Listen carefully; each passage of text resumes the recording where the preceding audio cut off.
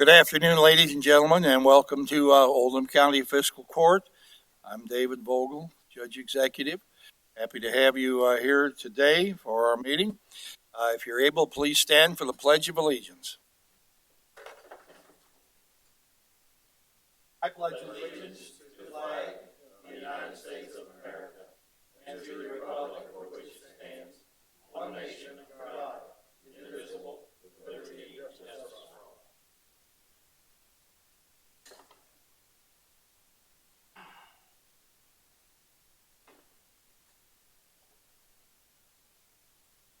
We're trying to observe COVID safety rules in here by seating, but it's not necessary to maintain a mask if you're not seated next to anyone. So, your own pleasure. Madam Secretary, you please call the roll. Magistrate Likens, Magistrate Tice, Here. Magistrate Harrison, Magistrate Greenwell, Magistrate Hounds, Magistrate Hawkins, Magistrate Dye, Magistrate Logston, Judge Vogel. Here. Having all members of the fiscal court present, this meeting is now in session. Is there a motion to accept the agenda? I'd like to make one adjustment if I can, Judge. I'd like to make some comments about the Westport Shane Beckler Park that trying to go forward with a project, and I'd just like to talk about it for a few minutes. All right, when would you like to do that? You pick it. I'm okay. All right, well, we could do that maybe Committee after, ahead of the second public comment. How would that be? That'd be fine. Thank you. Anyone else? Seeing none, all in favor, please say aye. Aye. Anyone opposed? Motion carries. Now I'll ask our clerk, Denise, to please read the minutes from April 20th. The Oldham County Fiscal Court convened at a regular meeting at 2 p.m. with Judge Executive David Vogel, County Attorney John Carter, and the following magistrates in attendance: Brent Likens, Wayne Tice, Albert Harrison, Steve Greenwell, Chris Hounds, Stephanie Hawkins, Bob Dye, and Michael Logston. Motion made by Magistrate Dye and seconded by Magistrate Greenwell to approve the agenda as submitted. Motion carried unanimously. Motion made by Magistrate Hounds and seconded by Magistrate Likens to approve the meeting minutes from April 6, 2021 with the addition to the section Bid Opening Spring Paving Projects on page 298 that groups 2, 3, and 4 are included in the bid process as a service to those respective communities. However, Oldham County Fiscal Court provides funds only for the county paving projects in Group 1. Motion carried unanimously. David Bazanis, president of Oldham Chamber and Economic Development, provided an update on Oldham Reserve and the economic development of Oldham County. Public comment. Jerry Nart, director of Oldham County Emergency Management, announced the following: the scheduled closure of I-71 on April 23rd and 24th, 2021, the burn ban in effect from 5/1/2021 to 9/30/2021. He reminded everyone the ordinance is posted on oldhamcountyky.gov. Oldham County Health Department has plenty of vaccination appointments available. The following bids were opened and read aloud for the Global Information Systems Detailed Design Engineering Middle Mile Fiber Network and then given to the Broadband Committee for review and recommendation. HBK Engineering, LLC, Chicago, Illinois. Lit Communities, LLC, Chelsea, Alabama. Open Fiber Kentucky Company, Louisville, Kentucky. Zoom Broadband Services, Lexington, Kentucky. Motion made by Magistrate Logston and seconded by Magistrate Hounds to authorize payment of the payables as submitted. Discussion followed. Motion carried unanimously. Motion made by Magistrate Dye and seconded by Magistrate Hounds to approve the budget transfers in the amount of $401,079.08 as submitted. Motion carried unanimously. Motion made by Magistrate Dye and seconded by Magistrate Greenwell to authorize the Judge Executive to sign the audit engagement letter agreeing to pay an amount of $17,500 as submitted. Discussion followed. Motion carried unanimously. Rebecca Truman, Curry's Fork Watershed Coordinator, provided an update on the Curry's Fork Watershed Program and upcoming events. Ms. Truman answered questions from the court. Motion made by Magistrate Hawkins and seconded by Magistrate Logston to authorize the judge executive to sign the contract with Environmental Enterprises in the amount of $29,000 for the collection, safe transport, recycling, and disposal of household hazardous waste at a one-day collection drive-through event scheduled for October 2nd, 2021 at the Oldham County Fairgrounds as submitted. Rebecca Zockline, Oldham County Solid Waste Recycling and Grants Coordinator, explained this event is contingent upon receiving a grant. Discussion followed. Motion carried unanimously. Motion made by Magistrate Greenwell and seconded by Magistrate Dye to authorize the judge executive to sign the KYTC agreement and resolution relating to the County Road Aid Cooperative Program Agreement as submitted. Discussion followed. Motion carried unanimously on a roll call vote. Motion made by Magistrate Hawkins and seconded by Magistrate Greenwell to authorize the Parks and Recreation Director, Gary Parsons, to accept the run sign-up contract electronically when setting up race information online. Discussion followed. Motion carried 6-3. The following voted no on a roll call vote: Magistrate Brent Likens, Magistrate Michael Logston, and Judge Executive David Vogel. Motion made by Magistrate Logston and seconded by Magistrate Hawkins to hire Catherine Baines as Aquatic Center Supervisor Recreation Programmer at a rate of $19.75 an hour effective 4/26/2021 as submitted. Discussion followed. Motion carried unanimously. Motion made by Judge Executive Vogel and seconded by Magistrate Hounds to reappoint Cindy Harbin to the Code Enforcement Board with a term to expire 5/18/2024 as submitted. Motion carried unanimously. Tim Keel, Director at Oldham County Dispatch, thanked Oldham County Fiscal Court for sending treats to dispatch staff for Telecommunicators Week. Motion made by Magistrate Dye and seconded by Magistrate Hounds to adjourn the meeting. Motion carried unanimously. The meeting adjourned at 4:16 p.m. You heard the reading of our minutes from April 20th. Is there a motion to accept? Second. Are there any corrections? I do believe a suggestion has been made to refer to our broadband expansion system as a broadband rather than global information, rather than GIS, so it doesn't get confused with our other GIS program. Is that correct? I believe Magistrate Harrison made that suggestion. Yes. Something other than GIS. Right, something other than GIS, right. Thank you. Anyone else? So all in favor, please say aye. Anyone opposed? Motion carries. Time now for public comment. That's the time during our meeting when anyone from the community who would like to address the fiscal court about an issue or idea, circumstance in the community is welcome to do so. Is there anyone here who would like to address the court? Please come on forward. We ask you to state your name and address, please. My name is Kevin Van Winkle. I live at 1618 Whitaker Road out in Centerfield. A little ill-prepared for any formal complaint or issue to redress, but I am concerned about the lack of information that I, as a citizen, have about what it is that happened in this court, or if it happened in this court, about a solar energy panel array that showed up on my street. I live on Whitaker Road, which would not necessarily be classified as a neighborhood. It's just a road, dead-end road with about a half a dozen or maybe a dozen homes, modestly built. And the idea is that I moved out there in 1998 with, kind of an idea of living in a rural setting, bucolic landscape. It was open, green pastures. I enjoyed, and I lived there intentionally because it was just that. But recently, a next-door neighbor of mine has put up 32 solar panels in his yard in a ground-mounted system that is an affront to the rural landscape and the view that I once enjoyed. And I come not so much to complain to you, because what I've gotten so far when I've raised this question is a collective shrug of shoulders. Well, it's done, and what's done is done, and it was done. Well, that motivates me to get more civically minded. And Judge, I'd like to know more about what this body does, and I intend to show up frequently as I can to not inspect but observe and respectfully challenge if there is something that comes up about solar panels, I've done a little bit of homework about it, and I've come to understand that my neighbor, who has admittedly said he wishes to leave less of a carbon footprint on the world, which I have no argument about, especially if those panels are on his roof and out of my view. I certainly don't have a problem with the idea that they are going to raise the temperature, the ambient temperature of a photovoltaic. This is high science for me, okay? A photovoltaic heat envelope that it's supposed to drive off pollinators.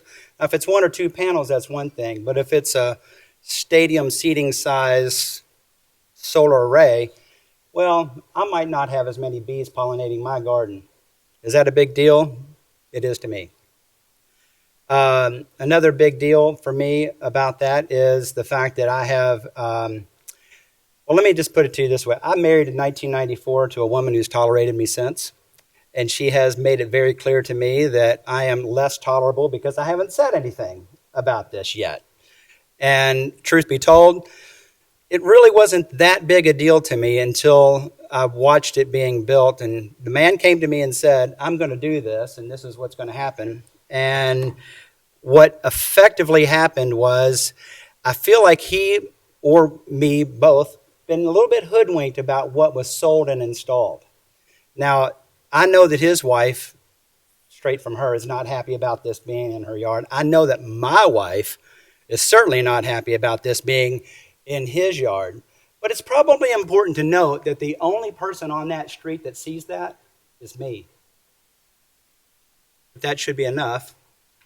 And I'd like to know if there was an opportunity that I missed, maybe, lack of civic knowledge and understanding of what you guys do here. Should I have been more aware? Should I have been more on top of what's being decided by this council? This idea that you can put a solar array of that magnitude in a residential setting. I don't believe that if any of you all saw that in your yard or in your neighbor's yard, you would, and I'm a little over time, I apologize. This is not a presentation of shame on you for what you did, or far from it. What this is what did you do and how can I stop it from happening again? Because I like to move from this property, more so now than I did before. And I don't want to show up in another neighborhood where, a fast-talking salesman can come in and say, you know what, solar energy is going to be the answer to all your problems. And oh, by the way, the government's given such, wonderful, favorable incentives for you to have this. Why would you not? And so if you had this 32-foot wide monstrosity, I'm going to call it that. I like my neighbor. His name is Adam. Adam and I get along famously. He's a pretty nice guy, young guy from Colorado, John Denver, Rocky Mountain High and all that, and I dig him, okay? But I looked him in the face and I said, I like you, Adam. I really do, but I don't like this. And I looked back to him intentionally to say, I really like you. This, and his response to me is, well, you don't have to like it.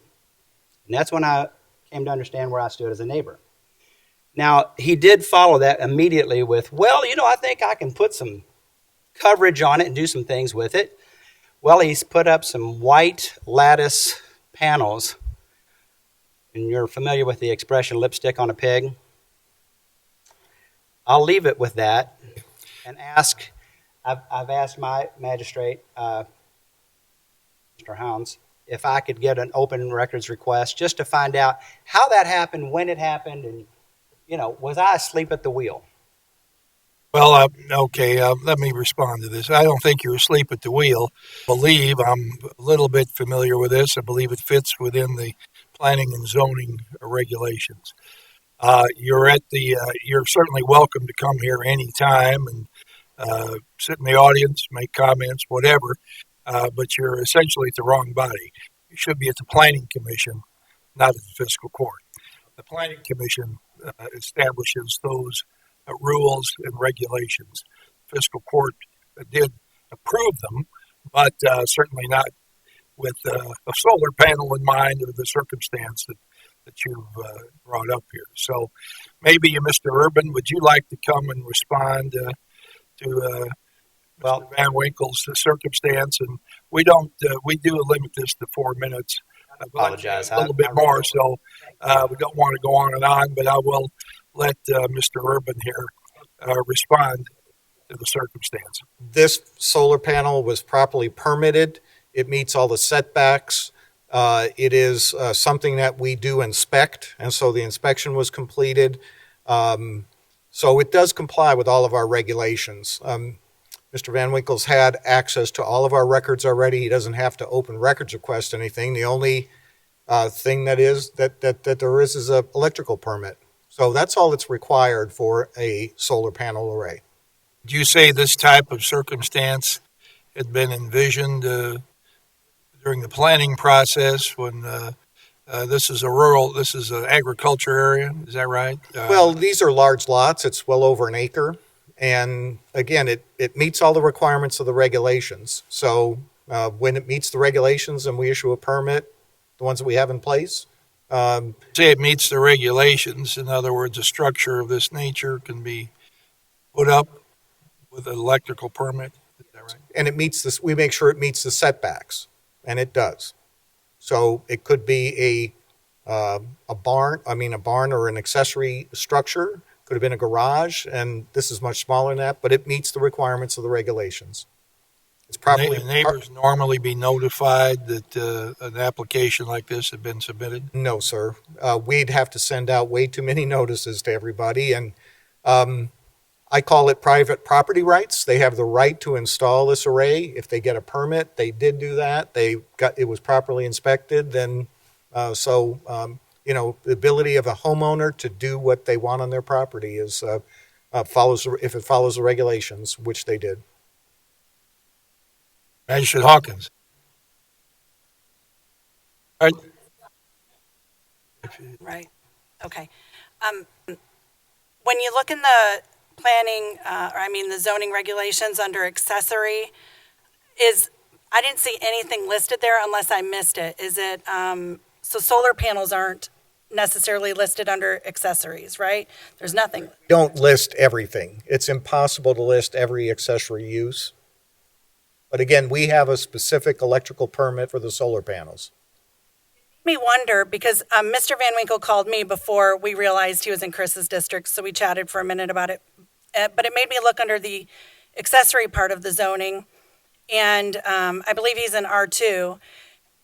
Maybe it would be helpful if there was a list of permitted and non-permitted accessories that would be allowed in an R2 under the accessory portion.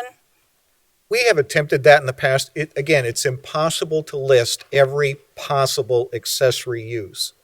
A playground, do you put a playground equipment in there? Do you put solar panels? Do you put sheds? What's not permitted? There are new products that are developed all the time. So we do it based on setbacks and permit. Probably think of less than 10. You'd probably a dish, right? A solar dish, a solar panel, playground, shed, barn. What other accessories would people put in their yard? Coops, garden accessories. What if somebody had a fountain? Houses, landscaping things,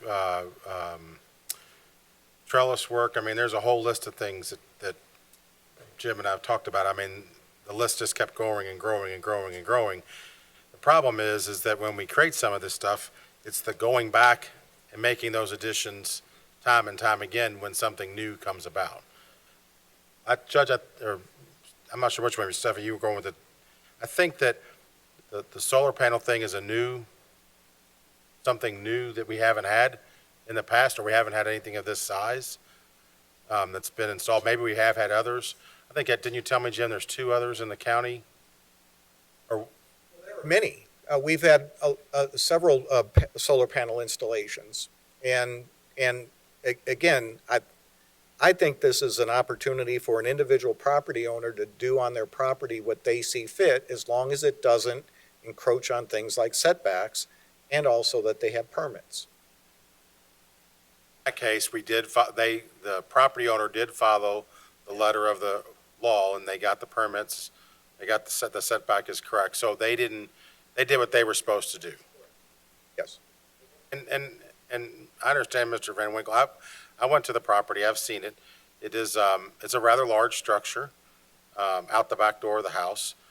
And I understand this cause for concern, but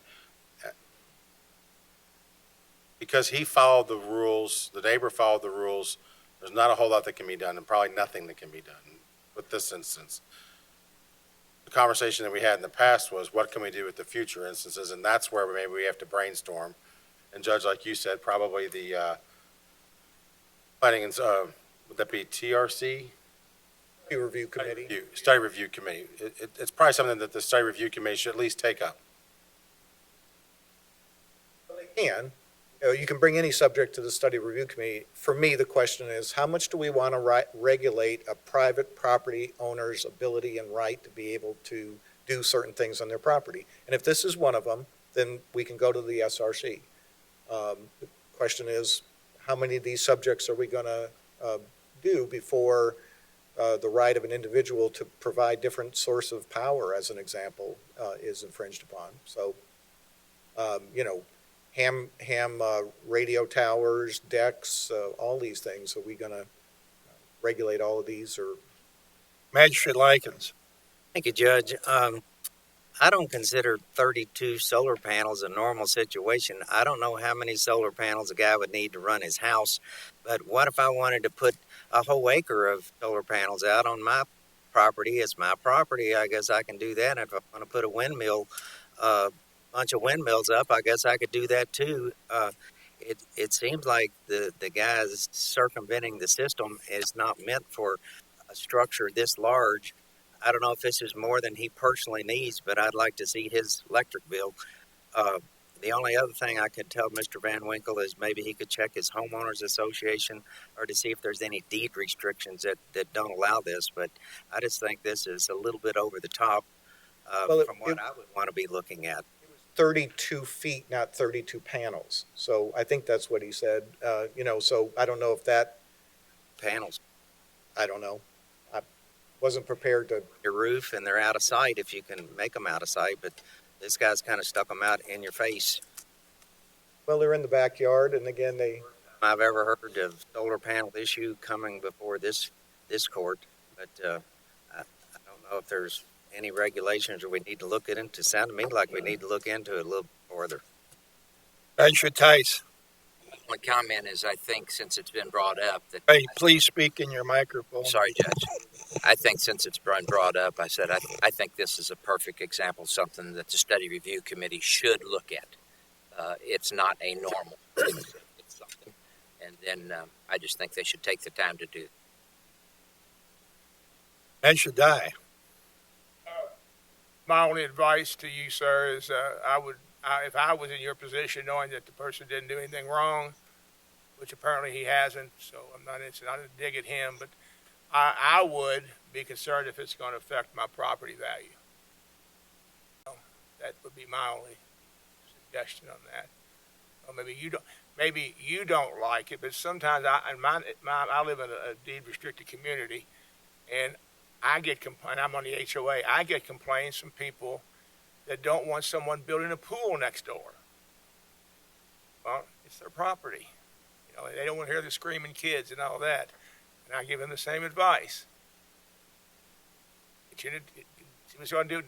I said, if you don't like it, put a sign in your yard. I can't change it. That's the only advice I give people. So. All right, is there anyone else here who would like to address the fiscal court at this point? Being no one, I'm going to close the public comment and to go on to the next item on the agenda, and that's the grant awards for 2020 to 2021. Magistrate Logston. Thank you. I think it's on. I just have to pull it over. The grants committee met this year. We've been working on this for a couple months now. And here's the list that y'all have in front of you of the 2021 grants that we awarded. So I'm going to go through all the grants and show you what we spent the money on. And then I'll make a motion, and then y'all can have discussion after that, I guess. I guess that's a proper way to do this. So We did $250 to Adopt Me Bluegrass Pet Rescue, $1,500 to American Red Cross of Oldham County, $1,625 to Apple Patch, which is doing business as Pillar Communities now, $1,500 to Big Brothers Big Sisters of Kentuckiana, $2,000 to Brownsboro Alliance, $2,000 to Casa of River Region, $2,000 to Community Chest of Oldham County, $2,400 to Creasy Mahan Nature Preserve, $5,000 to Crossroads Pregnancy Resource, $2,375 to Dare to Care, $1,750 to Good News Homes. We gave, or we're asking to give, $2,375 to Grace Lutheran Church, which is a Bread of Life Good Pantry. Asking for $2,375 to High Point Charitable Services, $750 to Hope Collaboration, $3,125 to Hope Health Clinic, $250 to Humane Society of Oldham County, $3,725 to the Oldham County Community Foundation, which is the Glean program it's going after, and $10,000 to the South Oldham Little League. So that's a total grant of $45,000 to support the community. We gave our normal annual commitment to $30,000 to Tri-County Community Action. So that's a total of $75,000 in support of the community for 2021 fiscal year. So I'm asking the fiscal court to approve these allowances and have the judge be able to sign the letters at the end. So Moved and seconded that these grant allocations be made. Any discussion on it? Commissioner Greenwell. Thank you, Judge. I'm sure some of these agencies have satellite locations maybe, but there's at least three of these organizations that have got Louisville addresses. And I don't know why we're funding a Louisville-based. And Becky could come up and answer us, but I think I've seen the Louisville addresses on it, and I went back and checked on it. I think that's where they were incorporated. I don't think that that's where they're doing their business, but I think they were incorporated to the state, the United States, or not the United, but the Kentucky State Attorney General. That's where they were did the corporation. And Becky, you might be able to answer that for them. These the Louisville addressed organizations are going to reserve that any Oldham County grant award to Oldham County services. And they provide their services to the region, but they have a strong presence here in Oldham County. CASA and Dare to Care and Big Brothers Big Sisters. I think those are the main ones. And Hope Collaborative. And this is strictly for organization or their operations and service to Oldham Countyans. So is there some kind of an agreement, a written agreement contract that we'll get that money back in Oldham County and not be sending it to Bullock County or Shelby County or something like that? Their grant applications. Okay. Got all their grant applications here and what they're going to use the money. And then the second question I've got is, we've got a sports league getting 13.3% of the total budget, and I've got a little bit of a problem with that. I mean, that's a big chunk of money to be going to stuff that, I played Little League ball when I was little at North Oldham, but that's a big chunk of money going to something that's, healthy, but it's voluntary. And so anyway, that's a lot of money. It is a lot of money, and we talked about that. It's going for the community kids here in Oldham County. They're trying to raise $77,000 to redo the bathrooms in the whole park, over there off Abbott Lane. So, Right, that is primarily to help with the public restroom facilities at Peggy Baker Park. And it's used by hundreds of Oldham County people. And this is the first time in maybe certainly 7, 8 years that the South Oldham Little League has requested anything. So these other groups that receive smaller allocations are pretty much perennial requesters for assistance and have received assistance, and some of them received assistance through the CARES Act. A couple of them on here that seem to have gotten lower amounts, so maybe 2,000 or 1,600. Some of them received $5,000 to $10,000 from the CARES Act earlier. So I understand your concern about that, but we did give the same amount to Creasy Mahan. A couple of years ago, we've helped them significantly because of their handicap playground, and this seems like a worthy operation because, like I say, I couldn't give the exact number, but there's probably 600 families involved in the South Oldham Little League. So there's a lot of people, and it was for the upgrade of a restroom, and that's just a partial, reimbursement. They're actually spending quite a bit more on it.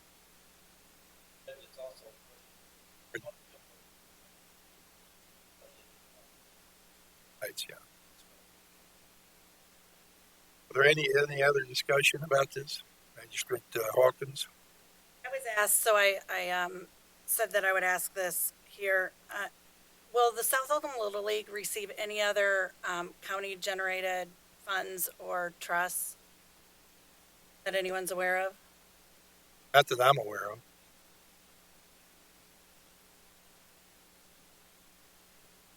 They should die. I want to expand on Magistrate Greenwell's comment. When Magistrate Hawkins and Hounds and I were on the COVID relief money that we were with the Metro United Way, and we had some other people from the board and then one private citizen on there. We went through, I don't know, great lengths that might be a little bit over the top, but we made sure that we had a discussion and everything about, Metro United Way is just the word Metro says it's huge, okay? So we made sure that we felt that we had good assurances that the money would be spent. It was Oldham County money. It would go to Oldham County families, and we had particular rules that we had to follow, and so you got this over here. So what my question is, without looking at those documents, it's spelled out plainly that this money is to be spent only on families that come to ask for assistance, and whatever those things are, okay, that will be for Oldham County people only. Correct. On the bathrooms, are those is those bathrooms going to remain unlocked all the time, or just would be open when No. If they're unlocked all the time, that means that everybody in the park gets to use them, and I think I'd be a little more amenable to people using, just additional bathrooms. I don't think any park has too many restrooms, so I don't know. But if it's just, if it's a private park within a park, I have a little problem with that. So, this is hardly a private park. well, I know, but It's a public park. It's a public park used by hundreds of people in our community. Are we really that? Doubting that, I'm just wondering: does all this public get to use? They're going to be managed. Let's put it that way. Every bathroom that we leave open in this community gets wrecked. So I think they're going to try to preserve it as much as they can. The activity at the park is over in the ball field area.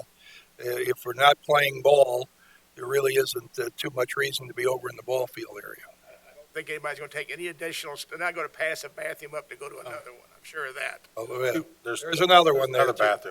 There's another bathroom at the entrance to the park that the county maintains. Abbott Lane all the time, cutting over to Kentucky Acres, showing houses or whatever. That park's always on a sunny day, or it's completely full. Not just with people playing baseball, but people playing basketball.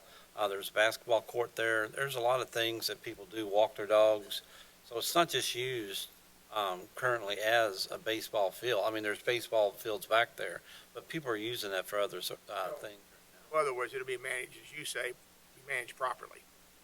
Yes, I would. That's what we expect, and That's all certainly want to encourage the volunteer groups in our community to do everything they can to encourage family participation, to get as many kids out into the programs as they can. The active kids or kids that are involved in something positive, and so we have, of course, helped. With the handicap playground, we've helped with the soccer group down there, and there's hundreds of families involved in that. So I don't have a problem with any of that. As long as they expect us to share, I expect them to share. They do. Anyone else like to discuss this at all? So we've had a motion and a second to award these grants. All in favor, please say aye. Aye. Opposed? Opposed. I'm opposed. Carries 7-2. Next item on the agenda here will be the payables. Brady will go ahead and pay the bills.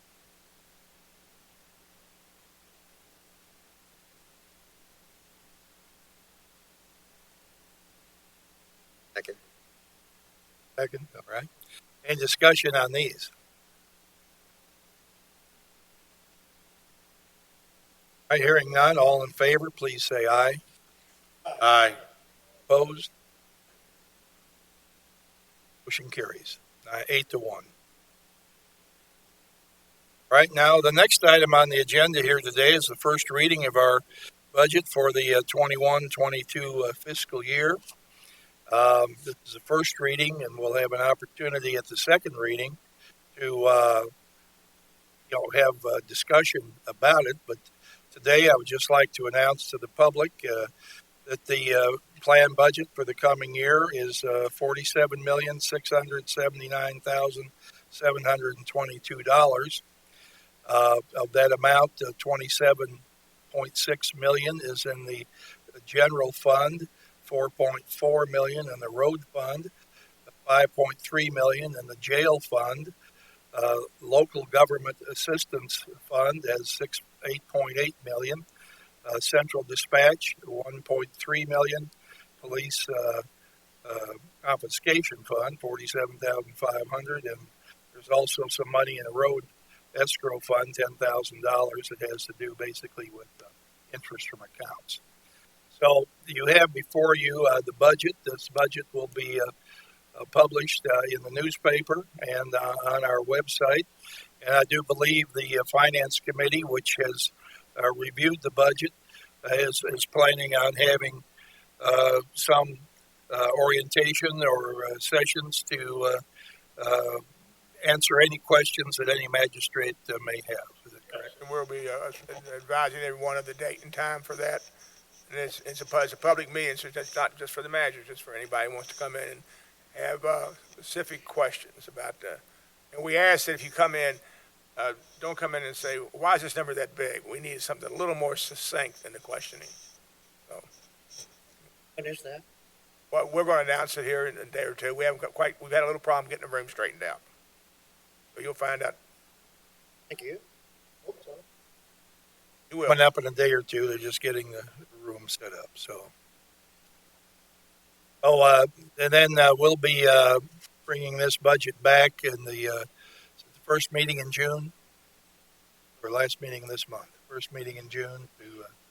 Right. In the meantime, this budget will go to the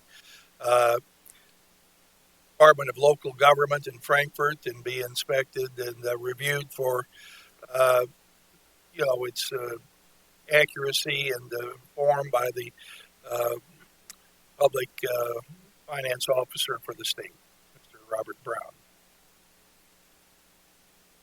The next item on the agenda here today is to do with human resources grants and technology, and going to handle that for us. Judge, you forgot one. You missed one. Did I miss one? The Highway 22 corridor planning study. All right. Corridor planning study agreement with KYTC and Jim and Belinda. An agreement between Oldham County Fiscal Court and the Kentucky Transportation Cabinet authorizing $202,500 in federal funds with a required local match of $50,625 for a corridor planning study along US 22 between Hounds Lane and Kentucky 329 to improve safety and reduce congestion. The scope of work for the study is to identify short-term and long-term improvements to the corridor. Activities will include, but are not limited to, an inventory of existing conditions, proposing and analyzing improvement options using updated traffic forecasting and modeling, developing cost estimates, conducting public involvement, prioritizing alternative improvements, and writing a technical report. We are asking Fiscal Court to allow Judge Vogel to sign the agreement and the associated resolution. Make that motion. All right, moved and seconded that I be allowed to sign this agreement with the Kentucky Transportation Cabinet for money to study US 22 between Hounds Lane and Kentucky 329. Mention Hounds. What is the time frame on the study? I didn't see it in the document, but in full disclosure, I just scanned it. I didn't read it line for line. Back of the agreement on page, I think it is 18, there's a milestone and task list. We are a little behind because of the amount of time it took to get the agreement generated by the Transportation Cabinet, but it should be done in about a year.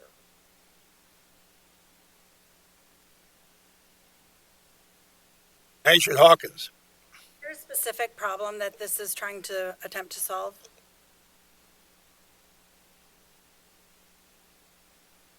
Actually, two purposes, I guess, that I think it's important. Number one is capacity, and the other is safety. So this study is going to look at the ability of the roadway, current roadway, to deal with not only today's traffic but future growth by doing a traffic impacts study, and then looking at deficiencies in the roadway network in that corridor, and then making recommendations to prove it. So intersections, shoulders, including potentially sidewalks, connectivity. Into the future, a study may determine that some of those houses through Centerfield on 22. This is. Oh, got a map.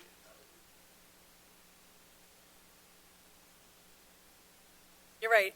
I'm sorry, because in my head I was like, where? Yeah, you're right. Thank you. Nation Greenwell. For Liberty's sake, I think I'm right about this, but there's old 329 and there's new 329. Is that correct? This goes to we call it the Dairy Queen. So that's old 329. Old 329, right. When I first read this, I thought, well, it's going to Veterans Memorial Parkway, but it's not.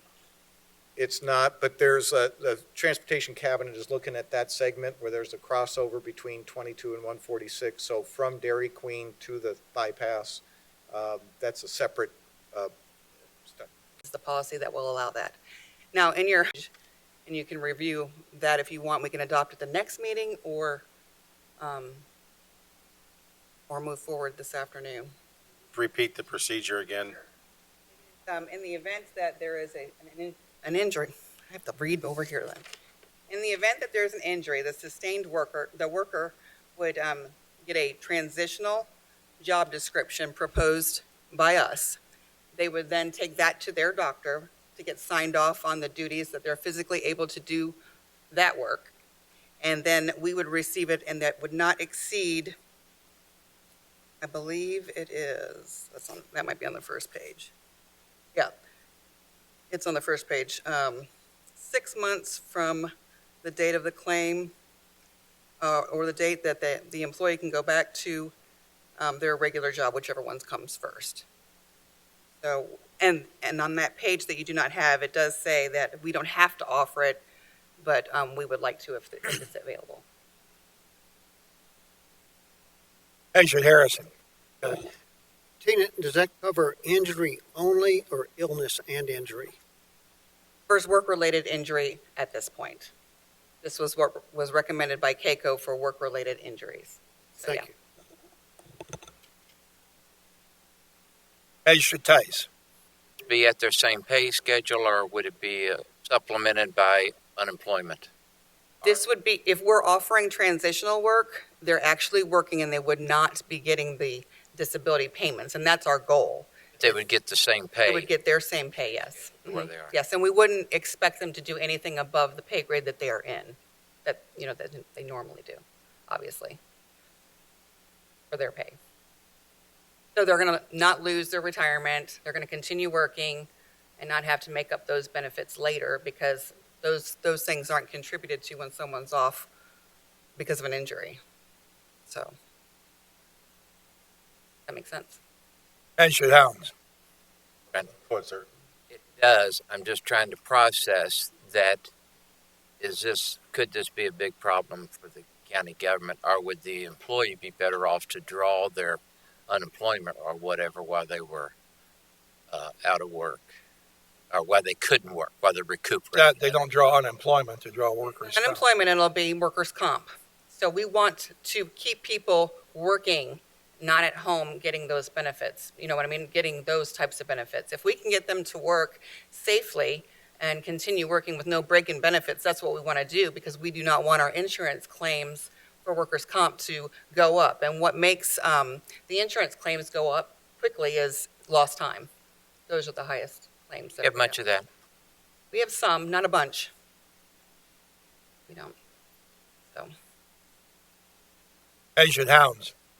Double-edged sword, because work comp, CAECO, our work comp provider, wants us to come off of the work comp plan, so they're trying to put the onerous back on the county and the employee.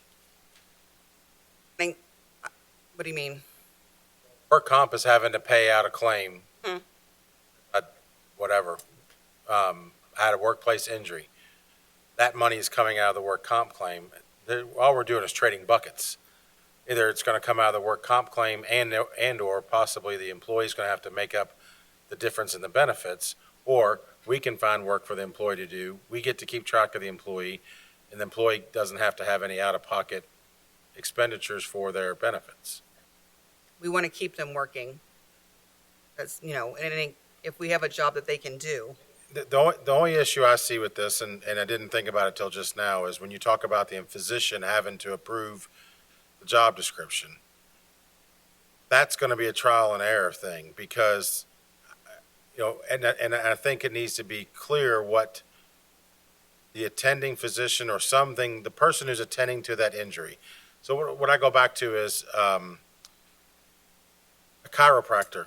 Are we going to let them approve this job description? I mean, they're a doctor.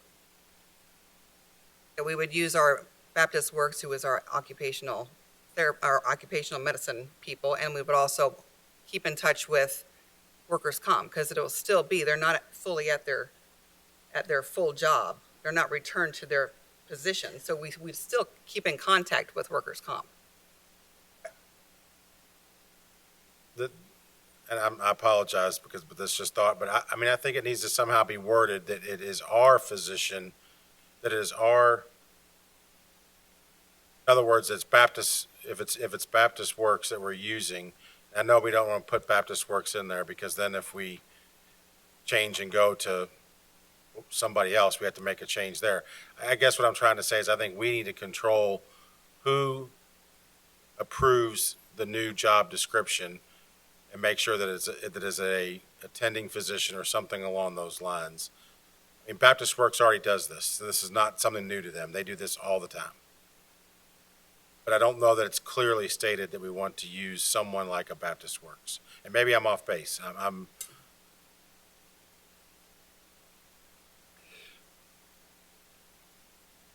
He is just the attending physician. That's wide open. I would prefer to see it more a tighter wording.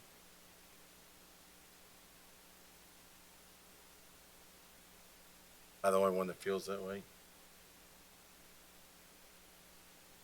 Magistrate Hawkins. Response to Magistrate Hounds, I think that would be something to take up if we were going to litigate or try to oppose the workers' comp claim, but not for this going back to work situation. I think they could choose their own physician who knows them, and it may not be in Baptist Works. Return to work in typical ways. The return to work is the fire, in my world, the fire department's physician is the one that says I can return to duty, not my physician. So from the beginning, this is a workers' comp claim. Correct. So it will go through our workers' comp process, which is going to be an approved workers' comp physician that is through the workers' comp directory. First of all, it's going to have to go through them. It's not necessarily something we can dictate as far as who they go to. So I would probably just keep it in there in line with the workers' comp policies and who they have in their directory, because we wouldn't want someone that is not in their directory. Attending physician, where is that? Attending physician, and that's on the page on the procedures page. And this is the policy that KCO gave to us to bring to you. So I can distribute the second page and we can revisit the wording on the attending physician.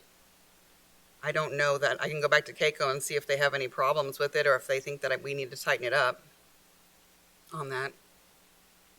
I'm assuming since it came from KCO, it's been vetted by their legal counsel, and I'm not sure I'm qualified to get to go against that, I guess.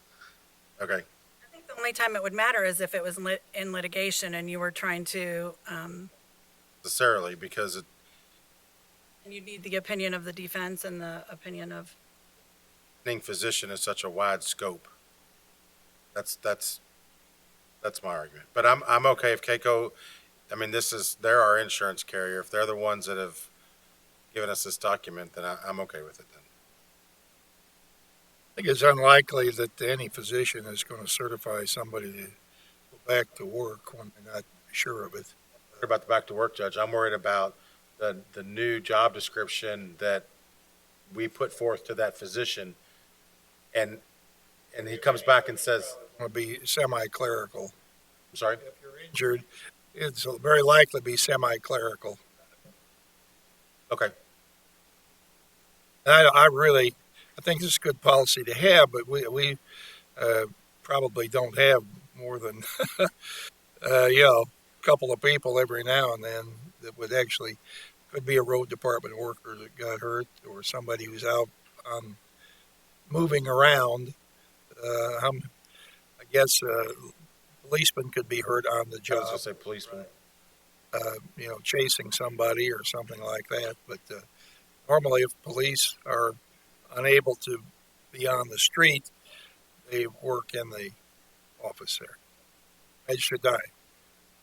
With you, Judge, I think this is a good policy to have in place. Of course, we want something that's written properly. I don't think this is the case with this. It happens on a daily or weekly basis, but it does happen. But I think it's no one's going to come back to work until that doctor says you can go back to work or you can go back to work light duty. I think that's the term they use. It might be something different now. There might be different degrees of light duty. Or you can't go back to work. And I think basically if a person goes in, you said clerical, if this person goes in and right back to work thing, are they going to go back in at the salary they were making before they were hurt? Their regular job? Yes. I mean, at this back to work job. Transitional work. The transitional work, their salary is not going to be adjusted down at all. Well, they're going to have an easier job making the same money, and that's when the doctor says light duty. Yes. At a point in time, the doctor will say, maybe, maybe not, you're on this forever. Who knows? Not forever, because there's a time limit in here. Well, you know what I mean. But I don't see where, if you want to correct some terminology in here, that's fine. But I don't, it's pretty simple. They're not coming back to work till the doctor tells them to, and they're not going to lose any pay. by doing light duty. So it's a win-win for everybody as long as everybody doesn't try to game the system. Might help that at the first medical treatment, that's who they're calling the attending physician, and that is normally the first report of injury, the workers' comp people. So that's in the second paragraph on the procedure. So I don't know if that helps, but. Magistrate Hawkins. Tina, the policy itself came through grants and HR committee, but you said there was another part, and that's the process. Is that this here? I just, when it got sent out to you all on Friday, this page was double-sided, and that page didn't come through. I just realized as I was walking in here, you didn't have that second page. Already what? And it also was approved by John Carter's office too. I was going to ask. Okay, so because it came through the committee and it was agreed to proceed to this body unanimously, I'm ready to make a motion. Or would you like to do that? Okay, I'll make the motion that Fiscal Court approves the adoption of the policy as presented by Tina to add to the Employee Handbook, Section 1.5, Conditions of Employment 17, Safety and Injuries. And it did go through the committee. All right, is there any further discussion on this? Hearing none, all in favor, please say aye. Aye. Anyone opposed? Motion carries. Thank you. Under road committees here, we have a couple of things. Magistrate Greenwell. Thank you, Judge. The road committee met today and recommended the release of the erosion control bond for Buckner Point Apartments in the amount of $160,416.75, and I'll make that a motion. Second. Moved and seconded. Any discussion on? All right. Next item. 2021 spring paving contract amendment, and I'll let Mr. Silliman explain this to us. County Engineer. As we discussed in the road committee meeting earlier, as part of the current spring 2021 paving package, there was a patch on Mayo Lane to be repaired. That patch has actually gotten bigger, or the failure in the pavement's gotten larger. We actually needed to clarify the location with the contractor, and because it's gotten larger, I recommend that we increase the base treatment with GeoGrid. So I asked the contractor to give us a cost for these revisions. The cost is $13,985 to make this amendment, and I recommend that the fiscal court approve this so they can move forward with making that repair. Judge, I'll make that in the form of a motion. Moved and seconded that we agree to this amendment from Louisville Paving here for additional work there on Mayo Lanes. Magistrate Hounds. Sinkhole? Not yet. No. You're scaring me because I have flashbacks of the last sinkhole that we fixed. No, this is just there was an area that was paved, and the subgrade just isn't meeting what we need it to meet. Thank you. Magistrate Hawkins. Does this happen to go through the road committee also?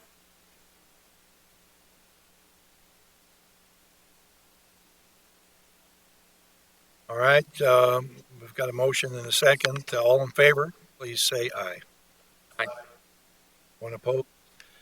All right, motion carries. Thank you. Now we have personnel actions here.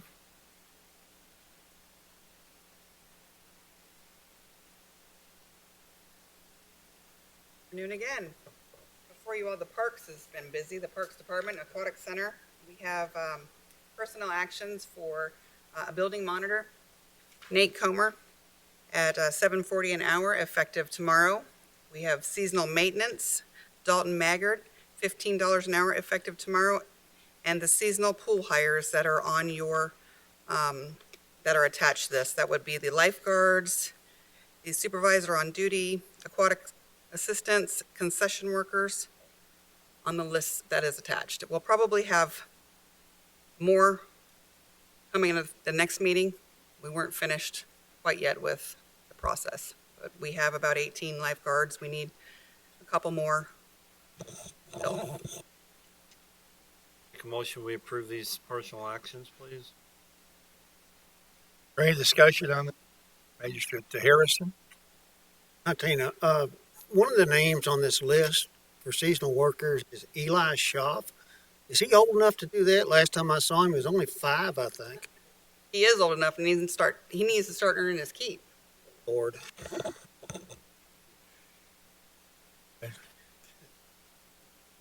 Any other comments or questions? All right, hearing none, all in favor, please say aye. Aye. Opposed? Motion carries. Thank you.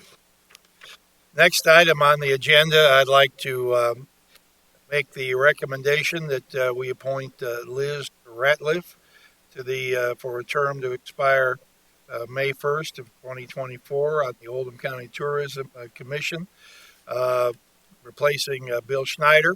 Bill had been with us about better part of 10 years, maybe 10 years altogether. He's done a great job, but he's asked to not go forward, and happy to present Liz Shaw. I think many of you may have either know her or met her. She has a lot of experience in public relations and in tourism, and I feel that she'd be a good addition to help move our tourism commission forward. All right, any discussion here? All in favor, please say aye. Aye. One opposed, motion carries. Now, Magistrate Tice, I believe you wanted to make some comments about Schomburg Park. Yes, I'd like to talk about the Westport Park a little bit, tell you what I've done over the last 3 to 4 weeks, and try to make it where it's understandable and field any questions that the magistrates may have. One of the things that I think that we go out and when we acquire bidders to do things, we sometimes don't give them what we expect or what we plan on having, and we don't give them a budget to go into. My example is that if you go out to buy a house, you give them a directions of a realtor of what you want and in the price range you are, so that you don't waste that realtor's time and efforts doing something that you have no conception of even being interested in. I'm going to use that comparison and try to walk through this so that it makes sense to what I've done. In one of our Parks Committee meetings, we were talking about trying to get back engaged with Tetra Tech and go forward with the Shane Backler Park, or I'll say Westport Park's a little easier for me to say. See, I knew I'd say it wrong. That's the reason I'm going to say Westport Park. The Westport Park, so that we could move forward or not move forward, depending on what it is. I called and asked all the magistrates individually, what would you like to see in the park, number one? And number two is, how much do you think you'd pay for that? And we had all different variances. So in one of our meetings, we had a discussion, and we said, all right, a study by Tetra Tech, we're probably going to spend somewhere between $40,000 and $50,000. To me, that's a lot of money. Now, when you know where you're going and you know what you're doing, that may not be, or what your client wants, that may not be a lot of money. But if you're not sure, or the client's not giving you much leadership, then what do? That's where my confusion was and where I had my heartburn. A guy that I've known for years, he's an artist. He can do renderings. He's done it a couple of different times. He and I talked about it. Told him what my thoughts were, is could he take the Westport Park, do it on a large piece of paper, and do a couple of renderings. One would be an all-in type of thing with a lot of stuff on it, and some would be more of a minimalistic. Help me with it. Got it. Okay.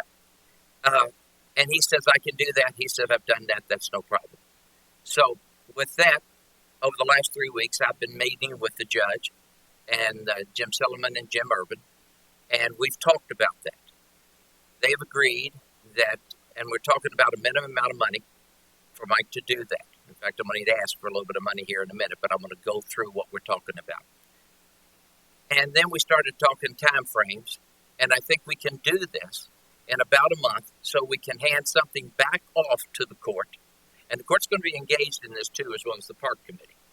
It'd be engaged in this, and they can say, I'm okay with this, I'm not okay with this, this is what I would expect. And then when we, at that point, pass it back off to Tetra Tech, we'll be the client, and we'll be able to say, here's what we think we'd like to have. You do a drawing, but we're only prepared to pay this amount of money. Okay. So what I'm proposing in the next month, and is on Tuesday, I've got a meeting scheduled with Mike Prather and the judge and Jim, myself. Albert Harrison is invited, and Gary Parsons, of course. And we're going to do a strategic drawing and start to do some concepts of what would be the parks and what you could have in them. We're also going to incorporate what we had Bree from down in Planning and Zoning did, and I'm going to have that, Mike will have that before he comes, so that we'll have some of that results from that market or the study, so that it'll give us a little clue as our committee. Now, that will be next Tuesday. Mike told me that he can have all the stuff ready for us by Friday, by the weekend.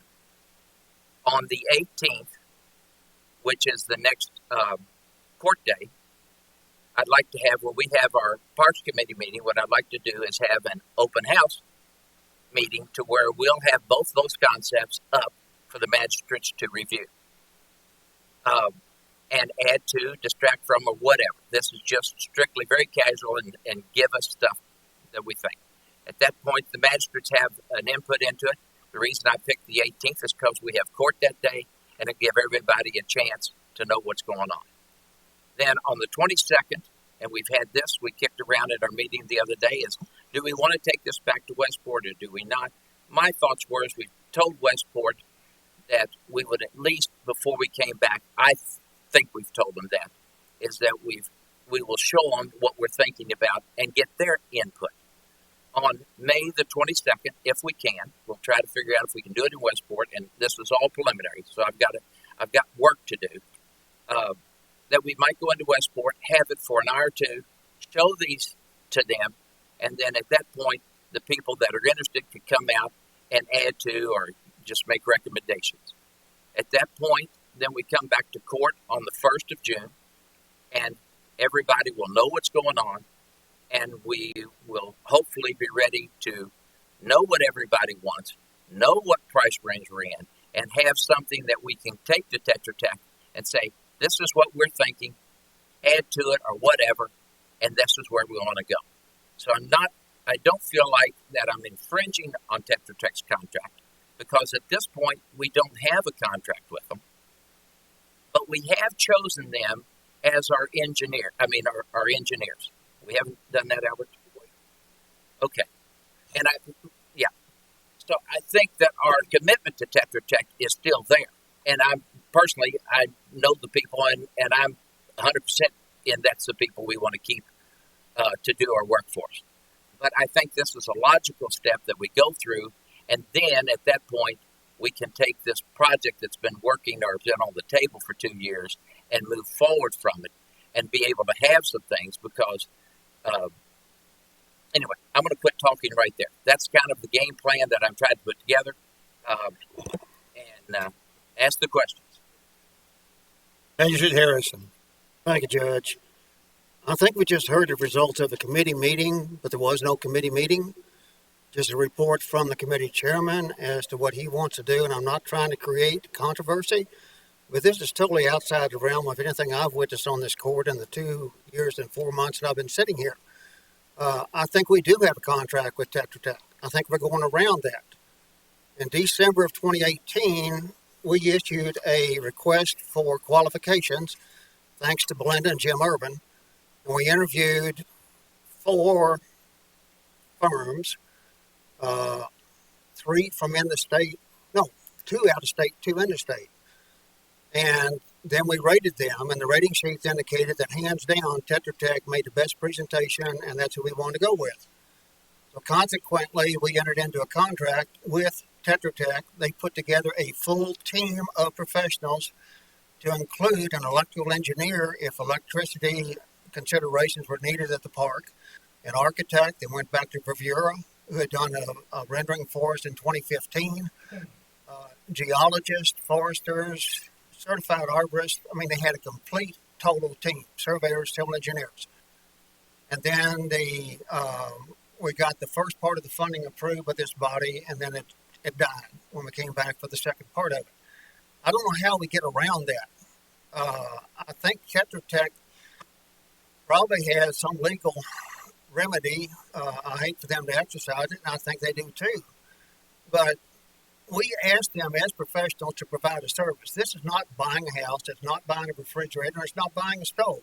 It's buying service, not a product. And it's a totally different process. Nobody's sitting here unless they're in that world. Magistrate Likens probably understands how much time goes involved in developing a contract and a proposal for services to be rendered, especially something of this magnitude with that many professionals involved in it. I just don't know how we go around that and arbitrarily pick somebody that the committee has not even considered and bring them in as an artist that draws the picture.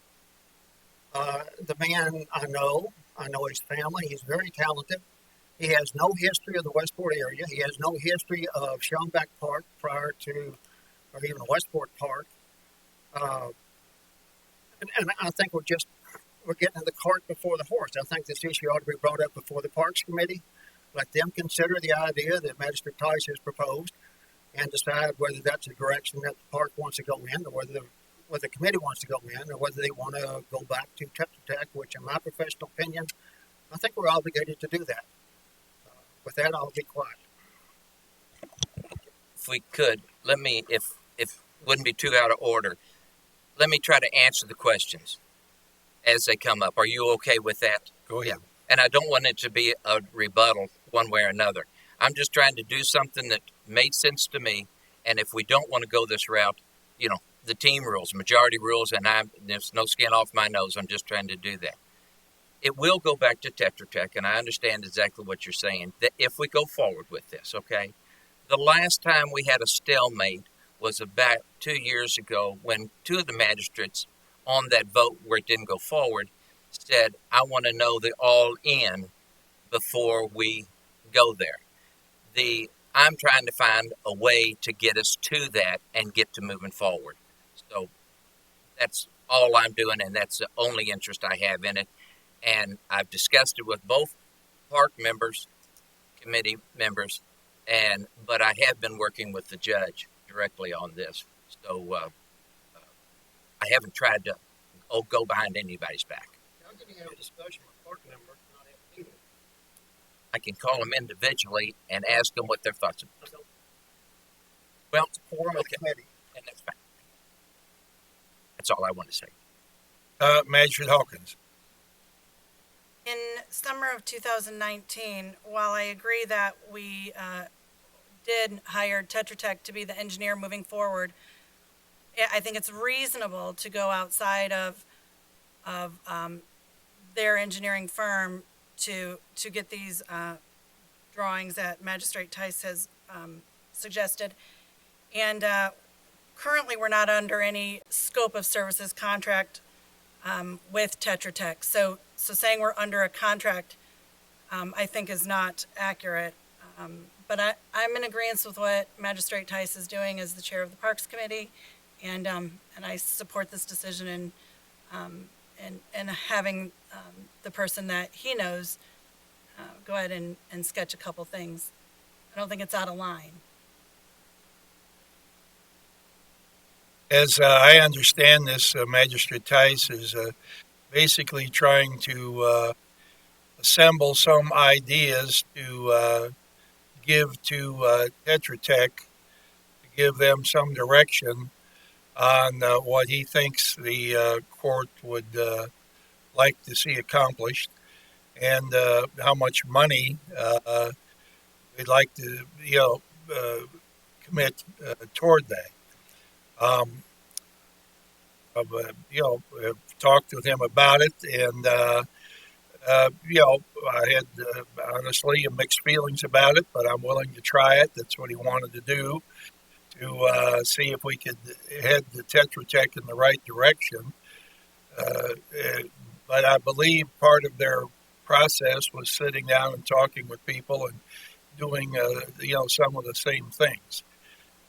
This entire system of tension that we have in relation to this park has to do with how much money is going to be spent there, how deep are we going to go with this, and I, for one, am not, very interested in backing into a minimalistic program. I think it's a beautiful spot. We felt so all along. Would like something that we can all be proud of, and that will be it doesn't have to necessarily be the show place for the county, but I would like to see it be more than a park simply for boaters. And that's basically the group that dominates the park at this point. They're certainly welcome in my estimation, but I believe other people could come and enjoy the park in a way that doesn't involve getting on the water if we have the right facilities laid out there to do that. Now, that said, I would like to announce here that on the 20th of this month, the chief engineer for the Department of Fish and Wildlife will be here to inspect our park and take a look at our boat ramp. I've spoken with him about the boat ramp. There is the potential of federal money available on an 80-20 basis to enlarge and enhance our boat ramp. It is a competitive circumstance, but we have a number of advantages here right now that may help us in the next round of funding, but which won't be actually announced until February. Nevertheless, he's coming here in a couple of weeks to take a look and see if it's something that we can move forward. I think we've all talked about the boat ramp being steep and narrow and needing improvement. I'm just fearful that we can put some picnic tables down there and call it quits if that's what we want to do, and maybe plant a few trees, level out the ground, and we'll have a park. And it's not my vision, but I'm one person here, not everybody. I'm one of 9. So I would like to see us do something that is, a little more than out of the ordinary. That's my idea. But I was willing to let Wayne try to carry his idea forward, see if Mike can come up with some things. I don't know how we begin to price when you look at a shopping list, how you figure out what this is going to cost and that's going to cost. And I do think there could be a point of discouragement for Tetra Tech when if we hand them, we'd like this, and this, and we're only willing to spend a minimal amount of money to get it done. They might say, well, thanks, but no thanks. We'll go on to the next job. They've already committed quite a bit in putting that contract together, assembling a team. I think if we looked at their books and we'd find out that they're definitely underwater as far as making any money on this job. It hadn't happened yet, and they may size it up for a loss in the future and just decide to quit while they're no further behind. So, but that's where I am. As should die. I think that what Magistrate, what's your name again? Ice. Ice. Thank you. I think what he's doing is a good idea, but I would like I'd like to have a little clarification because we all kept talking about contracts and obligations, that kind of stuff. I don't think any of us should be up here practicing law and making determinations. I'd like to get on a firm ground. I don't see where, and I'm not going to quote any legal statements, but I don't see how you can relinquish your ability to go out and get a second opinion. But I don't know. Mr. Carter's the lawyer down there, and I think that we ought to be on firm ground because I don't want to get in a situation like we did with, what was their name? Odell. Oh, yeah. I don't want to get in another one of those situations. So let's make sure that we're not spending money unknowingly trying to do the right thing. So I'd feel a little more comfortable if he would wade in here somewhere along the way. Wayne and Albert seems to be at a difference on this, but let's see what exactly we can and cannot do legally.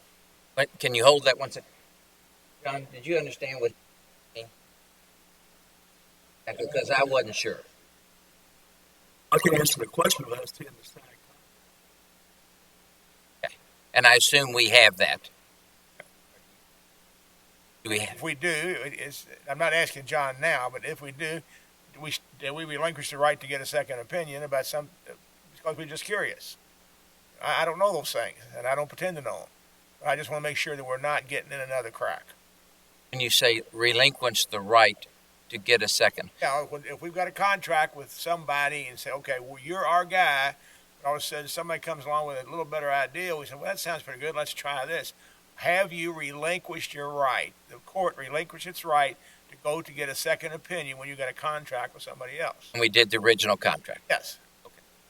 I wouldn't describe this as a second opinion. Just using that for a word. It's more of an attempt to present a point of view by the buyer as to what may be they'd like to see in this circumstance. We call it what you like, but you're still going to an outside source. So that's all I have. Magistrate Hounds. There's two things we're trying to do. I think what Magistrate Tice is trying to do is to get some renderings of different ideas. The gentleman that we're talking about is he can, and I'm trying to make this as simple as I can. He can put a 8-foot picnic table in the middle of a field and tell you about where it's going to go. He can put a picnic pavilion in, and tell you about where it's ready to go. I get that piece. But past that, we will need someone like a Tetra Tech to take this preliminary design that we're talking about and do make sure that things are going to line up, I guess is the best way to put it, because you've got elevations that you're going to have to deal with there and other things. I guess none of us, I don't know if anybody has a copy of the contract handy, you're probably not able to make this decision as to where we lie within the contract, and that would be something that Mr. Carter would do. But I do understand what Magistrate Tice is trying to do, and I at first was not a fan of it, but now, and I told Magistrate Tice this when we had that conversation earlier, I understand what you're trying to do, and I think it's a good idea because it will give us renderings. These are not,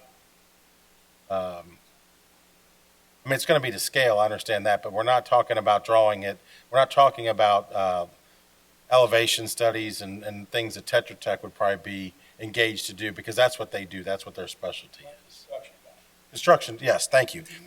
And let me go back to what you just said, because part of this, I didn't say, the renderings will all be on the flat ground from what I'll call the parking lot backward. When you go to what existing asphalt parking lot down to the water is the river front. Now, Tetra Tech has already provided 4 different options, cross sections, and how that's to be done.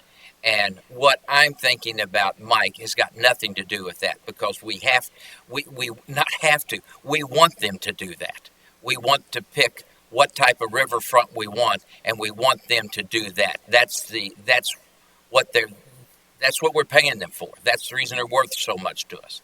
And then also, when you get up into the renderings of the park, then that's when they become value. But what I'm trying to do is get something moved forward at just a minimum that they'll have something to go forward with.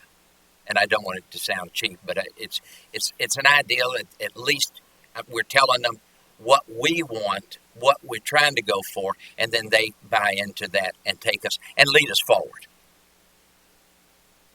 When they're down there, Judge. I said to Hawkins.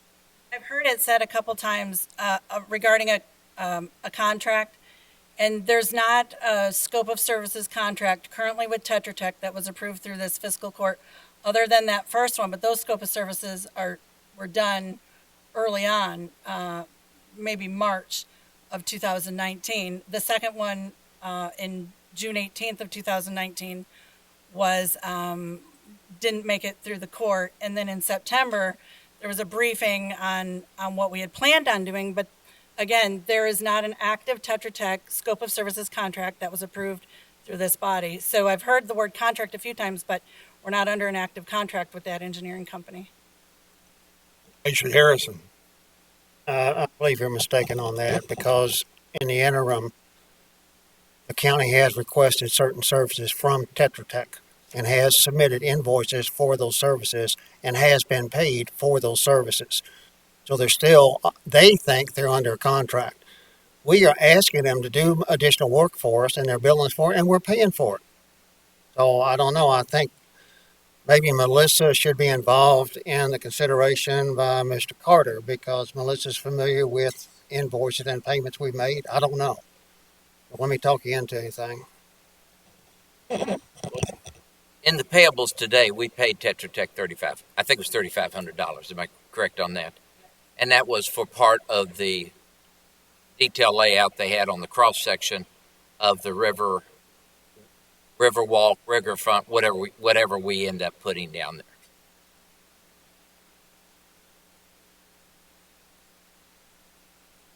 And the other thing is that I need parks for the Westport Park is out of funds for this year.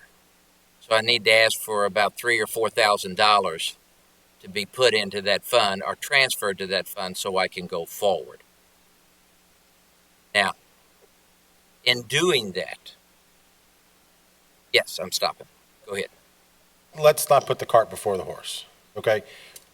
The issue we have at hand is we have a document with Tetra Tech that needs to be reviewed by Mr. Carter.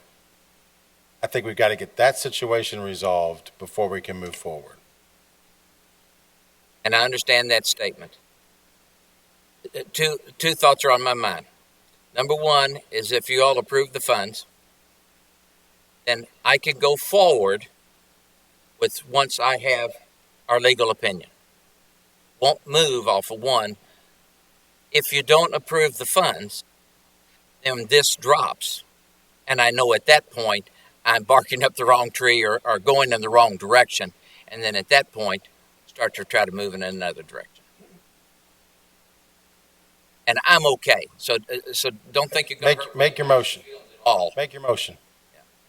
Make your motion. I think the simple solution is for somebody to call Tetra Tech. Mentions there's elevations in there, there's flooding circumstances, different things can happen. Do have a man come and look at the trees again to make sure that there's nothing can fall out of them that would hurt anybody down there on our remaining trees. But I guess I'm, in my heart of hearts here, I'm concerned about insulting our consultant. I mean, don't want to do that. Don't want to get that reputation as that we're hard to deal with or won't spend any money to get something accomplished. I think we could go down that road if we're not careful. But I'm willing to let Mike try to do something if it's the will of the court. That's fine, but I'm not willing to insult the people we hired. I think we do disagree with what's been. I agree with Mr. Harrison. We hired these people to help us build out this park. Now, if we're going to nickel and dime them all the way along the way, then let's get rid of them and not waste their time. I can't see that. It's not a professional way to do business. Judge. Mr. Likens. I was not on the Parks Committee back when this all started, and maybe we could ask Magistrate Harrison to explain to us the contract before and the two parts that it was and what part one did and what part two did. And I know we got hung up in midstream and didn't approve their second part of their contract. And that's what I'm trying to get a handle on is what we had entered into an agreement with Tetra Tech to do. Could you fill us in, Magistrate Harrison, based on your memory of that contract?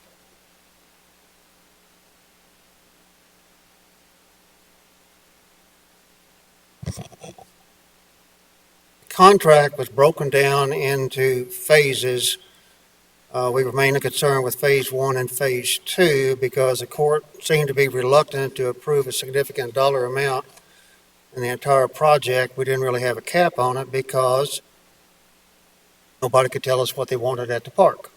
It was all over the landscape. So I worked with Tetra Tech and we determined certain elements that had to be done no matter what was done at the park. Preliminary work, a survey, a topographic map, soil samples, subsurface conditions, an evaluation of the trees, an evaluation of the river's edge, and then we could look at different options. The court approved the first phase, and I don't remember the dollar amount. I think it was around 19,000. Does that sound right, Melissa? I know we don't remember. And then the second one, I think, was 29,000. For whatever reason, the court rejected the proposal to move forward with phase 2, and the whole project just died. And it's still lying in the trench, dead. It has been for 2 years now. But you can't just take this as a building and design it as a building. There are too many moving parts to it. We had to coordinate a lot of the effort with the various agencies, the Corps of Engineers, the Division of Water, Fish and Wildlife. There was a lot going on behind the scenes, and the judge is right. I don't think Tetra Tech's even come close to making a dime on this project. And there's every possibility if we were to tell them to go ahead, they would finish the project without making a dime on it. I know that at least one of the principals down there basically is working out of his pocket because the powers that be have told him, you're not making any money, go do something else where you can run the meter. But we're taking advantage of one of the principals down there because for a long time he was an Oldham County resident. Many of us sitting up here know him personally. And we're abusing the relationship by asking him continually to do things that really we haven't put into a contract for them to do. And graciously, he's done it. I don't know how much longer he's going to do it. I would have quit a long time ago. Because his company's in business to make money. And right now, they are not making money. We don't even know if the subcontract professionals that he had originally contracted with 2 years ago are even still available. We do know that some of them are no longer at their former place of employment. So we continue nickel and diamond, as the judge says, and that's what we're doing here. We did it with the arborist. Chairman of the Parks Committee got he says, certified arborist to evaluate the trees. I'll let that go, but that was not what we had planned. We had a fully qualified certified arborist and a forester who was going to come out and evaluate each one of the trees, measure them, take core drillings out of them, give us what the health of the trees. We didn't do that. But all of these were preliminary steps. The bat study was a preliminary step, and it ended up being done piecemeal out of sequence. I think the county did that directly and not through Tetra Tech. So I don't know. I've never seen a project like this, but I've never been on the court before either. So that's the best I can remember. Thank you. And I guess my next question is, had we approved their second phase 2 of this project, wouldn't their first thing they did would be go out there and do preliminary drawings like we're getting ready to do? Yes.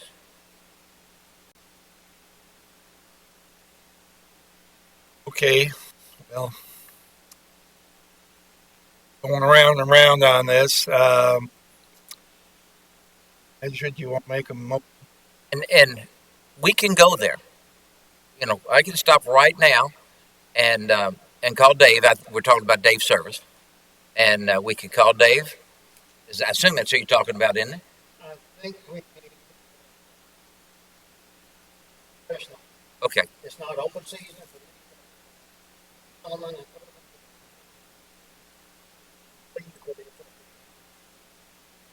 Stop. And you're exactly correct. But I'm trying to just keep from passing the buck to everybody. So if this is where we want to stop and we want to call Tetra Tech and say we want to get engaged with what we're doing and do this study, and the only thing I'm saying that I think a timeline to get all of this processed in front of the court is where we're going to need to be so that we all get input and everybody's comfortable with that. And I have no problem with wherever you voted, however you voted. So how do we want to make a motion? You want to make a motion that we go forward with your original idea here with these dates and to have people provide Mr. Prather with some ideas that he can put on paper, and then we would share those ideas with Tetra Tech, and possibly say that I can contact Tetra Tech initially, ask if they have any objection to us going this route. If they do, then we can discontinue it. If they don't, we can. Totally think that's a great idea. This is work in progress, and this is the type of discussion I wanted to have, to where it engaged all of us, and we all were able to get out here what we're thinking. Measured hounds. Still think that the first step is to have Mr. Carter review the contract, but I'm okay with whatever the majority wants to do. But I think that if we have, in fact, a contract enforced, then we should have reviewed that first. And Mr. Carter's wheel is turning, I can see. I have them in front of me. First contract. Went through it. I didn't see the first.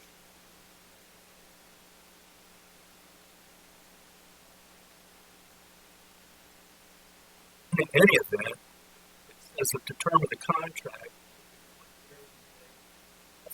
authorization by the client.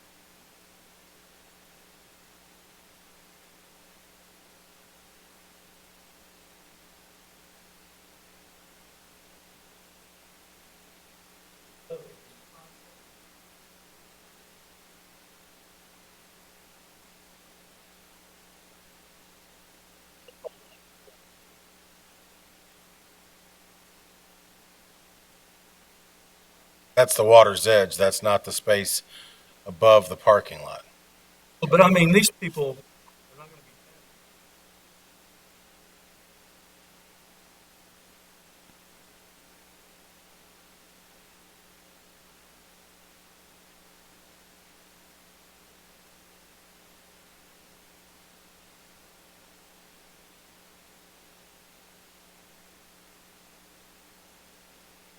be. Hand up. Magistrate Hawkins. Mr. Carter, what year was that? Because we haven't approved anything since that 2019 as a body.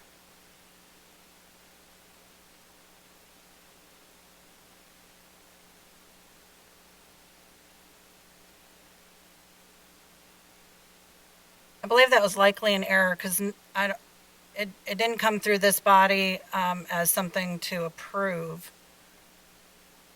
I know.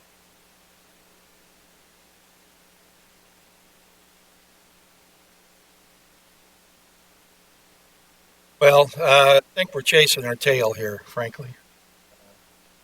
Time to get off the dime. We're going to do anything at this park or not? I'd like to make a motion that we do, and if we do, we go forward with Tetra Tech now. If we don't, let's vote it down and close the case. I'm for one, I'm just about out of gas. We spent a lot of money down there buying property. We can let it sit just like it is, and voters can continue to use it, and we can let it go. But this all boils down to a severe reluctance to step up and address the issues here. And yeah, I for one just don't have any more time to spend on it. I'm busy every day, all day. Got a lot of projects. If one goes off my list, I'll be disappointed, but life will go on. Second. Motion on the floor. I made a motion that we decide to go forward with Motion on the floor. project or drop it. Is there an unfinished motion before you made your motion? Okay, Never thank made you. it. He started talking, but it dropped when there was a question, so we never got any further. So there is one there. Question. Measured hounds. I agree that there needs to be something done at the park, at Westport Park, Schombeck Park. My fear is, and we talked about this in the budget workshops. We talked about this with other magistrates. My number's an all-in number. If we're going to do something, it's all in. It's the consultants, it's the gravel, it's the grass seed, it's the whole 9 yards. But we've got to stay within the parameters of a budget because we can't keep blowing the budget. And we've got projects that we have seen come in now over budget, and we're lucky enough to be able to fund those projects. But my issue with the Tetra Tech plan is if we don't tell them how much we're going to spend, then they're going to come back with, and I promise I'm being ridiculous, with a $5 million plan. And I don't think the court's got the appetite for that. So if we're going to go forward with Tetra Tech, then I think we have to give them some parameters that they have to work in, basically a financial parameter. Otherwise, they're going to spend time, money, and effort, produce a document that we're going to pay potentially a lot of money for, and the appetite of the court is not going to be to build the project out.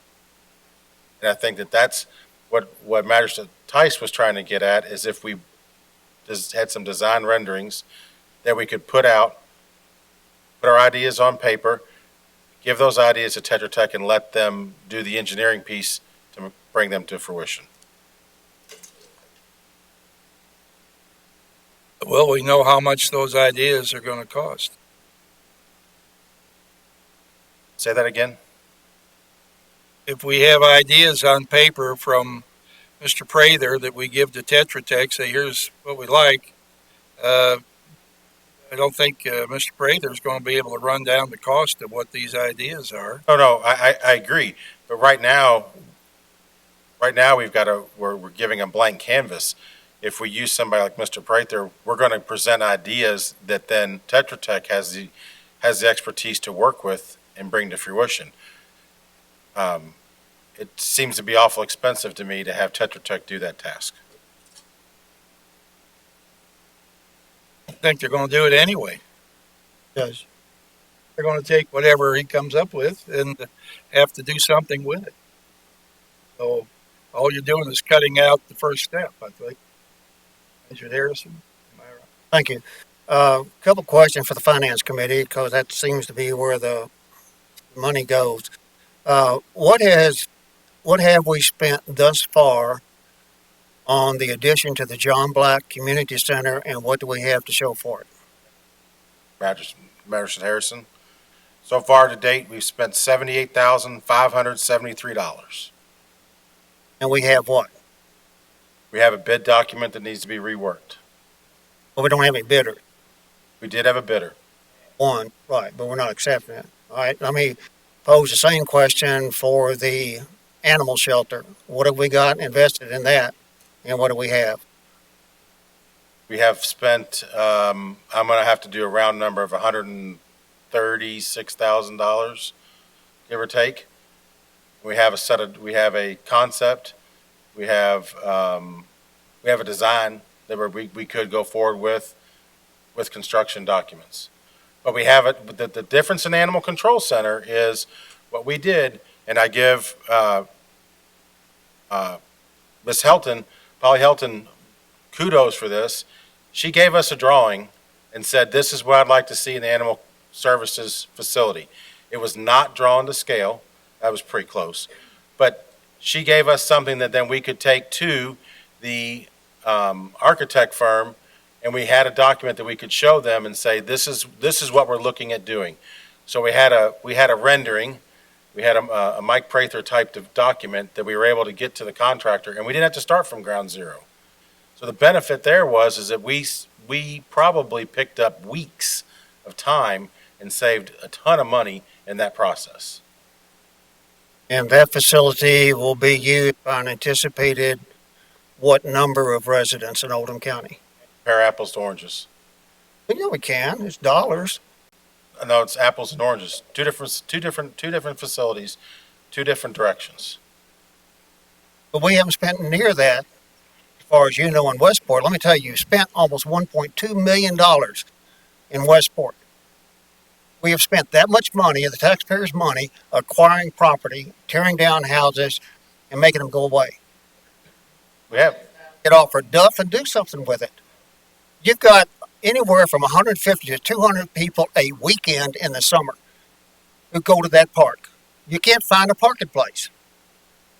That many people are benefiting from the park, and we haven't really done anything to improve it yet. So maybe we just leave it like it is.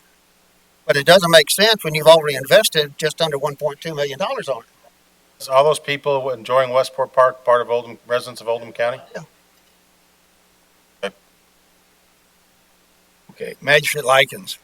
Judge, I agree with you that we need to get off of our seats and get something going on this, and we have to have drawings from an engineering company that says how many cubic yards, how many square yards of pavement, how much the cubicle. We can draw all this up with our wish list, and they can give us estimates on what the walkway cost, what the pagoda cost, what the parking lot cost. But until we get engineered drawings on that park, we're dead in the water as far as coming up with a cost to do it. It's like saying, how much does a house cost? What kind of a house? You know, it's so we have to have someone move forward with this, and I think Tetra Tech is the firm that we've chosen as our best option to do this. Thank you. Mr. Greenwell. Your hand up or down? I did, Judge. I don't know really where to start. I don't think you can ever have too much good information. And if I was Tetra Tech, I'd be ecstatic that somebody like Mike Prather might do some of the work for them that they would have to do themselves. Go out and do some of the legwork, do some of the renderings and things like that. I think I'd be overjoyed that somebody was out there kind of like a scout doing it before we started the main invasion. Do we have a current contract with Tetra Tech right now? Everybody's shaking their hands, shaking their heads. So we'd have to advertise this again because it's going to be over $30,000. I feel like we do have we hired these people, and then we broke up their jobs into steps that had to be approved each time, and then we couldn't get past the second step. So I would suspect that the contract's null and void if we couldn't get past the second step. Well, we didn't give them any direction. Yes, I have to give an opinion on that. If we're in effect or not, I'm sure they think they are, but they're still moving client. We have to go advertising all this again. I don't know what we have to advertise. Second contract.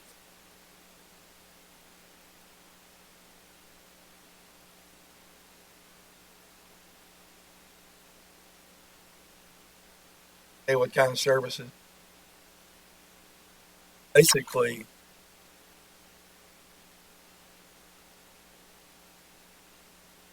that's the thing. Call it the water flow. Measure Tice. I believe I got it right, and Melissa will have to correct me if I'm wrong. Is that when I talked to her earlier in the week, the $3,500, I said, what was that for? And she said that was part of the services on the, I believe, I'm not sure exactly what. And it was 74. Their contract with that was about 74% done. Is that what you said, or do you remember that well? I know you remember real well. I'm trying to put you on the spot. I know I did.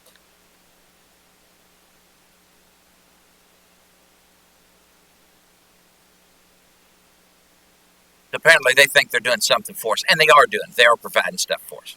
You approved today was $3,500 on a contract of $28,970. They are 73.92% complete. So we have now paid $21,414 on that contract that Mr. Carter has. Thank you. Magistrate Dye. Keep going around and around in the circle here. I remember correctly, about an hour ago or less, Magistrate Tice, I got it right that time, wanted to talk to us about this Mike Prather. And we seem to have gotten off of that point, and now we're back to where we were at when we left off 2 years ago. I think that one of the problems we've had with this park is and we've heard it from a lot of different people, different angles, is that people don't know exactly what they're getting down there. They want to have some concept of what we're going to do down there. I think we've heard that about the trees and all of that. And 2 public meetings were down there. I wasn't the first one, and I wasn't invited to the second one. I think we owe it to Magistrate Tice to do what he's asked us to do. He's the chairman of the committee. And Judge, you yourself have sat there today and said you're running out of gas on this. Let this be the tipping point. Let's move on. I'm not saying we're done with Tetra Tech, but let's try something a little different. Maybe that will be the break the log jam. Because right now we got a log jam. Because I'm not going to vote to go with Tetra Tech after I sat here for an hour under the pretense of listening to what Mr. Tice has said, and even you the other day said you liked it. I don't know if maybe you've changed your mind, and that's your prerogative. But I think we owe it to him to do that. I think I started out by saying I had mixed feelings about it. I'm willing to try Wayne's idea. Let's do that. Move off the dime, but I sure wish we could. I'm trying to look at it from the consultant's point of view too. I think we're going to be. He'll still be in business. He'll still take his money when we need him. Trust me. I think what you're doing is admirable. It is. I think you're trying to get us off the dime, to use your words, and get the project rolling. I agree with you 100%. But Tetra Tech is in business to make money. If they get a project that they don't make money, that's on them. That's not on us. And I don't mean to be flippant, but that's not my problem whether they make money or not. And that's not directed necessarily towards you. But I think I agree with Magistrate Dye. I'm not done with Tetra Tech because I think what Magistrate Harrison has said, and I take him because this is kind of his arena, and I know Jim Urban has made comments positive toward Tetra Tech. I think that there are people, but I think at this juncture, we should look at doing something else. And Magistrate Harrison gave me fuel for the fire, and that is this. How did we get where we were with the animal control building? The architects didn't draw up the building that we were talking about. Polly Helton did. And by doing that, I think she got us off center. I'm trying to make light of this. We put $500,000 in the budget, right, Magistrate Dye? And Magistrate Greenwell for an animal services building. We had no idea what we were talking about. We can't build that building for $500,000. At the time, we didn't know anything we were talking about. We did. But that drawing, and I think that's all I'm getting at now, is if we use Mr. Prather to do kind of what Ms. Helton did with animal services, we're going to be ahead of the game. That's all I'm saying. Magistrate log. Is there a motion on the floor? I'll withdraw my motion. Let's go with Magistrate. Question then. He's going to. No, you stop it. I'll make a motion. We go with. Order. Second. Can I do that unless I withdraw my second? I will do that. I didn't know he had a second. He did. Question. Let's vote. But we're back. Somebody make a motion.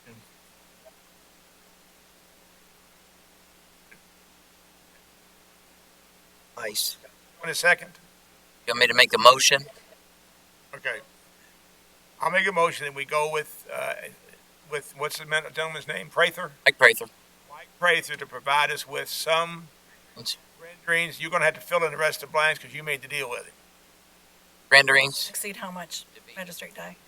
for us to review, and I need $3,000, $4,000 to be for the parks in this year's budget to pay him for those I'm services. going to have to ask you one question, and I hear about people running into these things. I've never run into it.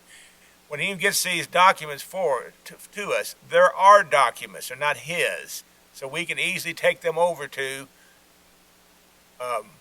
Tetra Tech and let them say, we like this, we like this, we like this, we don't like that. We love it or we hate it. But it's our paperwork to take over to them and say, okay, you guys are the pros, show us something.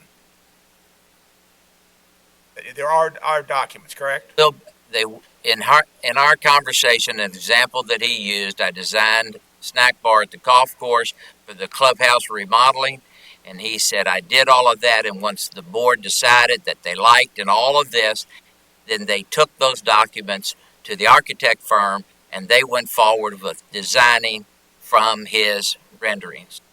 And so I will double check that, but from that comment, I have no doubt.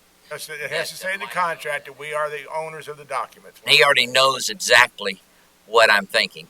Okay, all right, I'm good. We, Magistrate Tice. Pardon me? Are thinking. We are thinking? It's the collective we. Magistrate Harrison. Judge, will there be a contract and a scope of work for Mr. Prather in writing? So that he knows and we know and it's documented what he's supposed to do and what we're going to get? That's appropriate. It is appropriate. It is, yeah. Did we discuss it? The answer is no. We need to create the document, I think is what Magistrate Harrison is saying. Do you want to help create that document with me? Is that something I can take to Jim or Jim? I'm not familiar with that stuff, so I'll be the first, I'm not qualified for that. Could be. I think Mr. Prather. we can come up with a personal services contract. Mr. Carter will either approve or help write. Ms. Hawkins. Ms. Hawkins. Was that 3,000 or 4,000? I believe the motion was 3 or 4. Get forward unless y'all.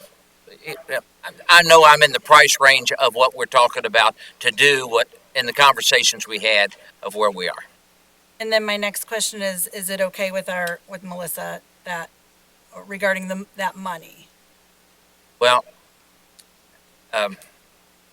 he's informed me we don't have it, but we've got it in the parks account unspent.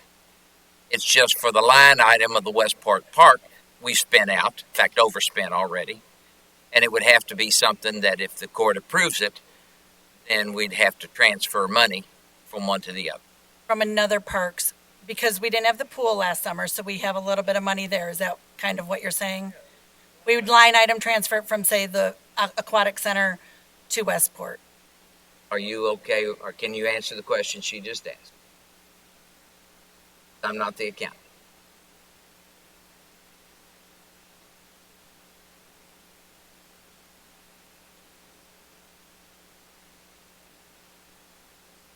Asking to move $4,000 from the Parks Capital line from one project to another. Is that what you're asking for? Yeah. It's up to the court. It's not Right. It's not my decision, Judge. I know it's the court's decision. If she'll come up with the money, if we vote it in, what was that? Magistrate Logston. There's a motion. I know there's a second on the floor now, so I'm calling for question. Second. All right. Motion on the floor is that we go ahead with Mike Prather and allocate $4,000 to cost of that. Did Mr. Prather have an hourly rate? $75 an hour. $75 an hour. I'd say our budget is very overly adequate at that rate. I thought. But we won't use it all, probably. Second. There's not a second on the floor. No second on it? A second, it is called for the question. You said you second? It doesn't need a second, but the motion does need a second. All right. We had a motion, we had a second, and then we called for the vote, and we had a motion from Michael, and he The seconded it. question is actually a motion to stop debate. You have to decide that first. Yeah. Yes, sir. All right, so I'll ask clerk to call the roll, please. This is in regard to stopping debate. This is the call for the question to stop debate. Stopping the Stop discussion. debate. Michael, stop using that. Magistrate Helms. Hour. Magistrate Tice. Yes? Magistrate Likens.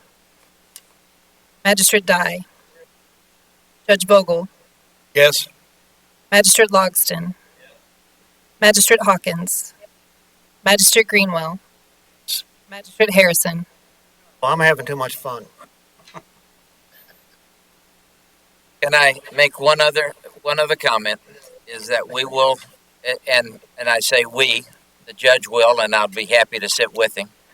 Is we need to call Tetra Tech, which our legal advice was at least to tell them what we're doing, and I think that would be show nothing but respect. So I have no problem with that being. Are you okay with that, Judge? Yes. I mean, I probably don't need any help calling them, but. But yeah, okay. All right. Now we have a motion and a second to stop debate. Is there a motion now to make a motion?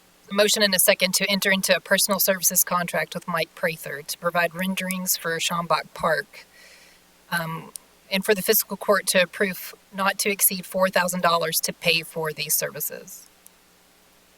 All right. All in favor, please say aye. Aye. Anyone opposed?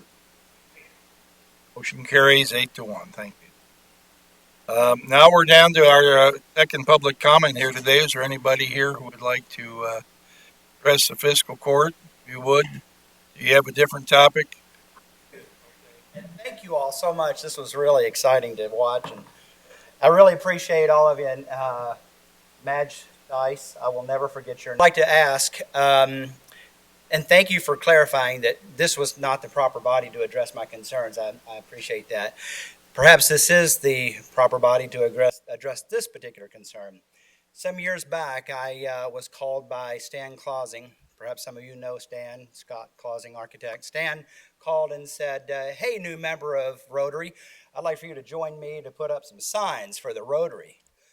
I said, of course, I'd be happy to do that. And so we went and we put up signs, and he was very careful to let me know that there was a particular way that had to be done. We couldn't just litter the landscape with signage here, there, and everywhere. And he said, no, it goes here and it's at this height, and because we want it to be seen, but we don't want it to. So I call on that memory to ask you, if I wanted to put up a sign that spoke to something that would be good for the county, like the Rotary, an organization perhaps built on experiential learning, I'll say that again, experiential learning, and also project-based engagement with the students of our schools. If I could put up signs that would call attention to a project I think has merit, it's called Menus and Mentors. And it's predicated on the idea that people who have something to offer to the community might do a little lunch and learn. You all are familiar with the lunch and learn. Someone brings in many boxes of pizza and we all eat it and listen to what they have to say. Well, this project-based learning project, Menus and Mentors, I'd like to put signs up. And I'd like to know if you guys can advise me what authority, whose authority, and what protocols I should follow to do that. You have talked to Mr. Urban in Planning and Zoning. Planning and Zoning? Able to give you the information you need. Well, terrific. Thank you very much. Mr. Van Winkle, are you related to Pappy? We are. We are. In fact, that was another matter I was going to bring up in another meeting. I'd like to establish a small batch distillery in Oldham County. Van Winkle Distillery is a name that I reserved with the Secretary of State. And there's probably someone here in this body that could say, not just where it goes, but the proper business licensing and everything else that it takes. Again, him. You know, I did a little homework on you, sir, and I got to tell you, you were in college when I was in first grade, and I don't know what you're eating, but whatever it is, tell me about it, because that's a diet plan I want to be on. This guy looks great for 90. Thank you. Anyway, I'm off topic. Now, if anybody wants to hear a really good joke at the end of this session, hang back and talk to me. I am Kevin, not Mr. Van Winkle. I'm Kevin.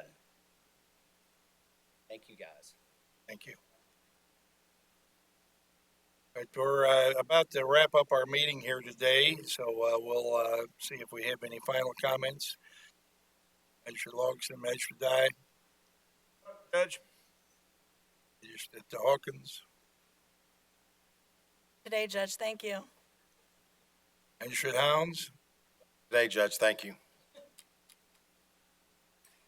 Just here, Magistrate Greenwell. The mold. Thursday is the National Day of Prayer. There's usually a meeting at the courthouse at noon. It's always the first Thursday of May. It's a national proclamation by Congress, and there's usually a group of people at the courthouse. So this Thursday at noon. Thank you. Magistrate Harrison. Thank you, Judge. On the military calendar, coming up this week on the 8th is the anniversary of VE Day, which stands for Victory in Europe. The day in 1845, they declared that war to be over in Europe. I think it's important that we remember that. We do have one gentleman here in Oldham County, and I don't think it's a secret anymore, Sergeant Howard Griffin, who will be the Grand Marshal of the parade on Oldham County Day. He remembers that date because he was there. So if you get a chance to meet Sergeant Griffin, please give him your best and thank him for his service. He served in World War II, Korea, and in Vietnam. So he's one of our local heroes, and I think it's entirely fitting that he's a Grand Marshal. Now, aside from that, I want to do a quick rant here. This has been another disappointing day for me. It's the second time in my 2 years and 4 months on the court when this court has, in my mind, summarily rejected an element of a project which is in the 3rd District, which happens to be my district. I don't think anybody in this room knows the 3rd District as well as I do. I don't think you know the people as well as I do. I don't think you visit the 3rd District as much as I do. I would say on average, I'm in Westport once a week, every week, sometimes 3 and 4 times a week. I've got hundreds of photographs I've taken of the river and the Westport Park. But when I stood up here, I'm a nothing. I'm a nobody. All of you know more about Westport than I do. Mike Prather knows more about Westport. I bet he's never seen it underwater. I don't understand this. I was told in the very beginning this was a collegial group. I've served on collegial group. This is not a collegial group. No special consideration is given to the magistrate in whose district a project is. And we were told in January of 2019 that this would be the signature project for this administration. Horse feathers. It's not even on your radar. I got a long memory. Thank you. Measure Tice. Well, I didn't have anything to say, but I do now. In the meeting that we're going to be having on the 11th, your name would not have been on that list because we had only had the Parks Committee and the judge, and if you'd have been on there, then the number would have tilted, and we could not have had that. I went to one of the Parks Committee, and I said, Albert needs to be there. It's his district. Do you mind stepping down so we got the numbers? And the answer was instantly yes. So that hurts my feelings. But now that I've got that out, that's over with. I still want you there because it is important, and if I didn't feel you were an important asset, I would not have even considered it. And I need to be over with that point. Done. Magistrate Likens. Lighter note, my horse is still running in the Derby. Thank you, Judge. Okay, we're going to wind up here today in just a minute, and we've had a robust discussion. We're 9 people that have individual points of view and collectively support the benefit and well-being of our community, and I think we're all trying to do the best thing possible.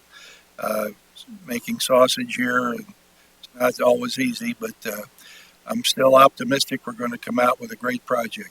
Someone I know this last week told me they were at Knock on Wood in Westport. They took somebody from Jefferson County down there for lunch, and then they drove to the park, and the person called to tell me that the Jefferson County person they had with them just had an amazing reaction, which he said, I had no idea. When she looked at the river and saw that park, she said, I just can't believe how beautiful it is. And somebody called and wanted to tell me that because of the controversies we've had.